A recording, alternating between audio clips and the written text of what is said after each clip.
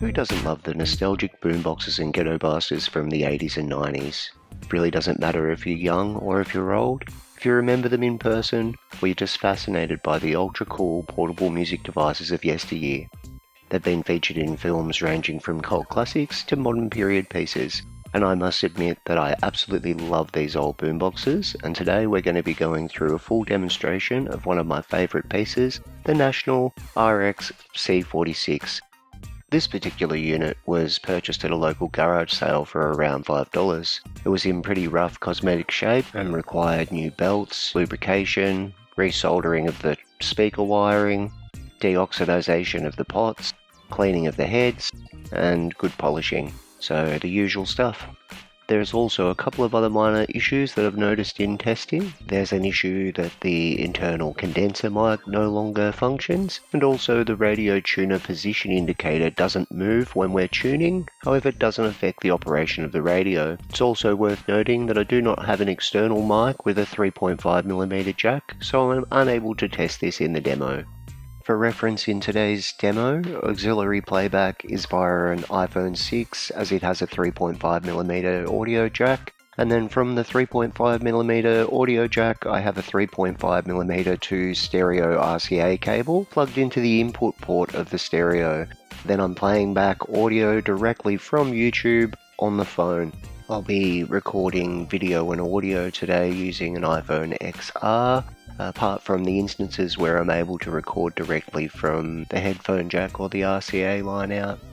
Let's start with a recording from the RCA auxiliary line so that we have some royalty-free music to demonstrate cassette playback with. The cassette we're using today is new old stock. It's a Fuji normal position 60-minute tape. So we'll set the unit to record in normal position, in stereo, with Dolby noise reduction set to off. I'll then record for around 60 seconds or so, and once completed I'll remove the auxiliary cable and play back the recording. Then I'll play the original untouched recording for comparison. And just a reminder, there will be timestamps in the description so you can jump ahead.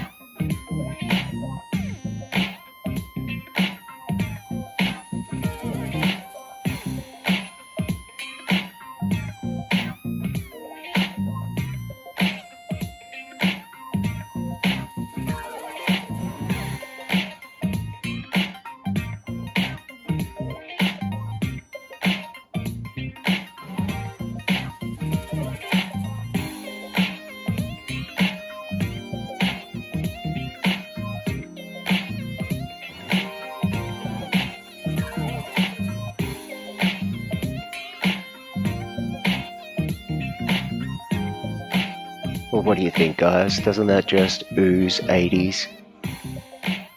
And just a reminder, there will be timestamps in the description so you can jump ahead.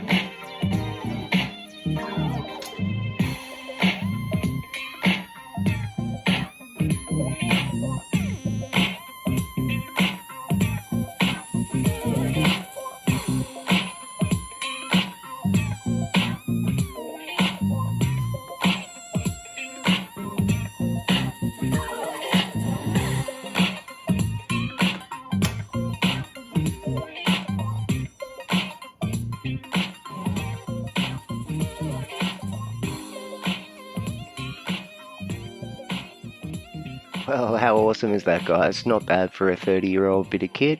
Let's have another listen to that original track again.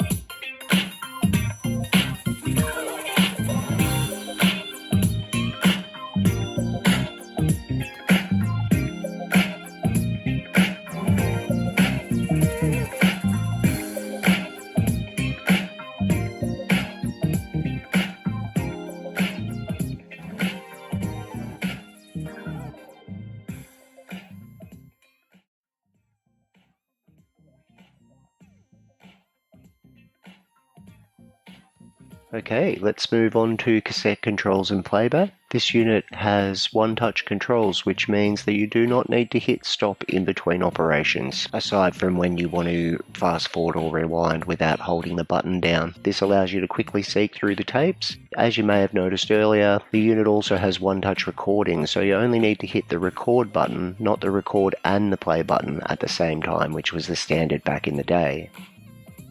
Although somewhat irrelevant with the availability of today's streaming music, the unit does feature an AM/FM radio. I unfortunately do not have an external antenna to test the unit with, however it functions well without any additions. There's an FM stereo indicator and a fine tuning knob to assist with tuning in. Let's just have a little bit of a skim through the station so that I don't get pinged for copyright.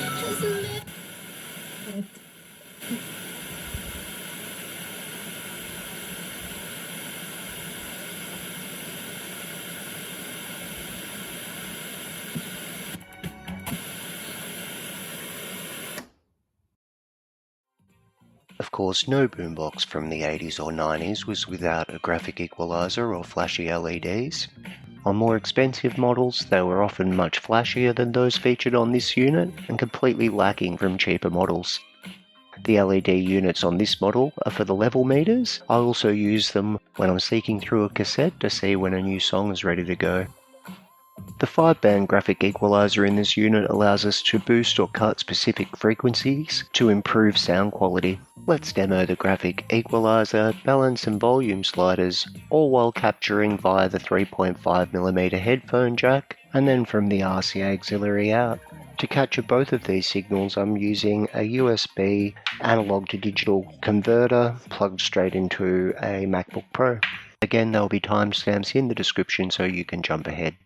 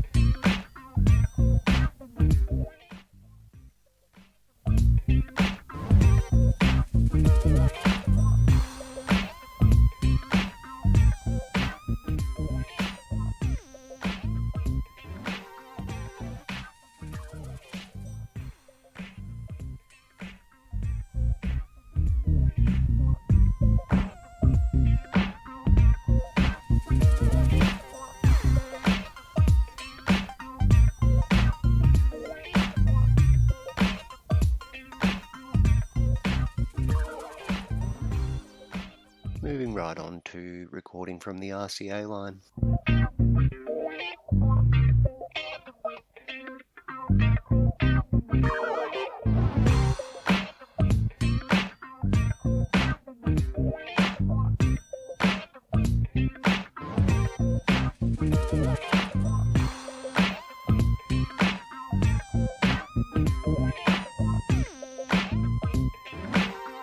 So there you have it, guys. As you could see, when we were recording through the 3.5mm jack, all of the controls corresponded to the audio that you heard. However, when we were recording through the auxiliary line, an unaltered signal is passed through. Let's just have a little tour of the back of the unit. Here we find the little clip for the detachable speakers.